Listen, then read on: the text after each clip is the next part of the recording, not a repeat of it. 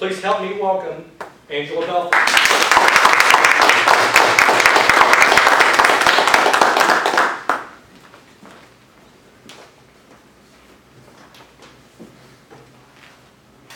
was 5 years old, laying in a crummy, run-down, single-wide trailer when I decided to pick up a shovel and plant a belief that I would spend the next 20 years proving was true.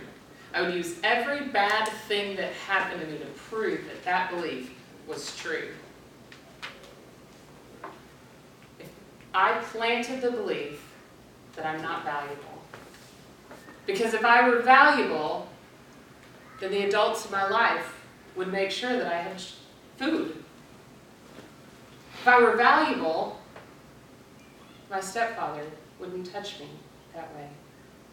If I were valuable, I wouldn't be 14 and living in a car.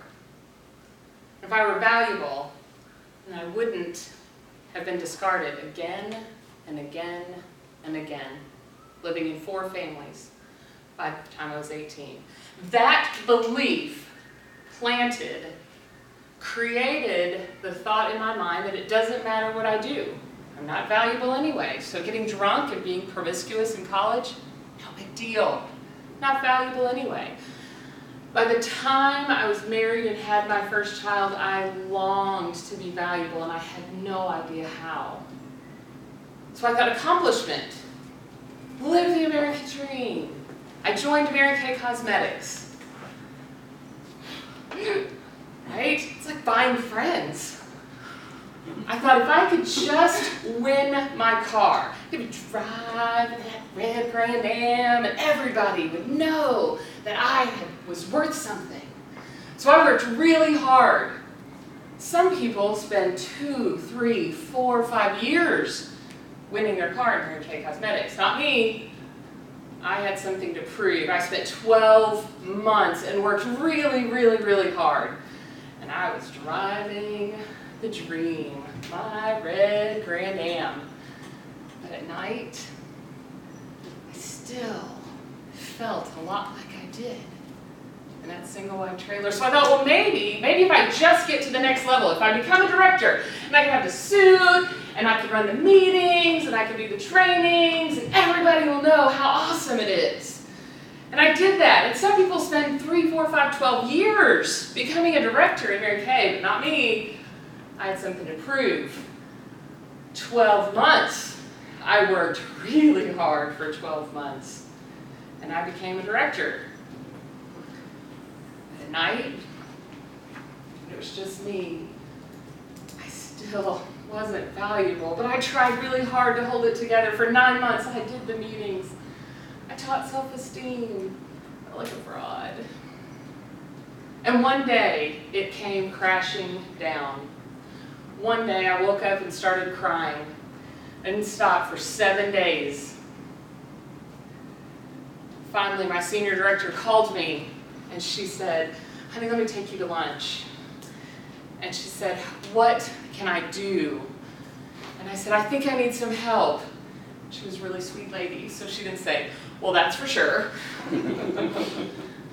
Instead, she said, "What can I do to help you?" And I said, "I really, really think that I need to go to Charter Vista. I really think that I need to go to Charter." And she said, "The resident treatment facility?" I'm like, yes, I do. And she goes, "Well, okay." So we get in her pink Cadillac, and we drive to the resident treatment facility. That's a psych ward, you guys, in a pink Cadillac. She looked at me and she said, "Well, at least you know how to do it in style." But I nearly started crying again when they said, "Without insurance, there's nothing we can do."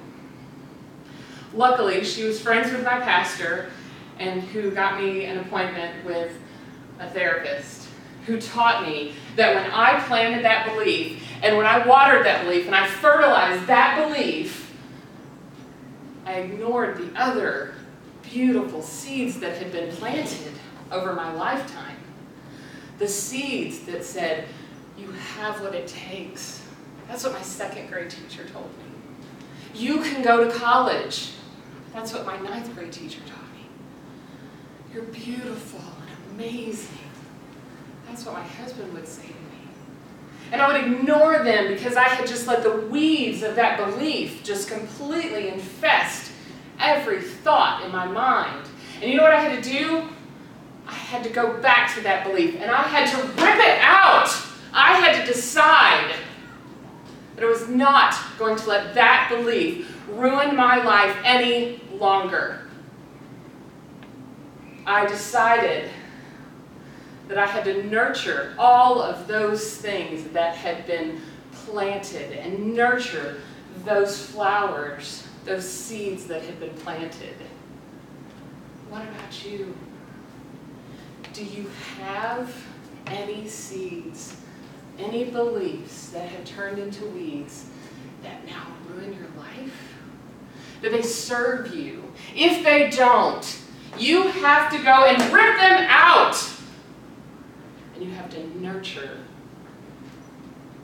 the beliefs that will create a beautiful life. When I was 14, my stepfather wanted to plant the seed of pain. And I chose during that time to rip that out and plant the seed of forgiveness. 25 years after he had abused me, I was at his father's funeral, and he said, "I can't imagine what I've done to you. Will you please forgive me?" And at that moment, I got to say to him, "I forgave you a long time ago, but now you have to forgive yourself." Fellow Toastmasters, yes. What beliefs do you need to plant today?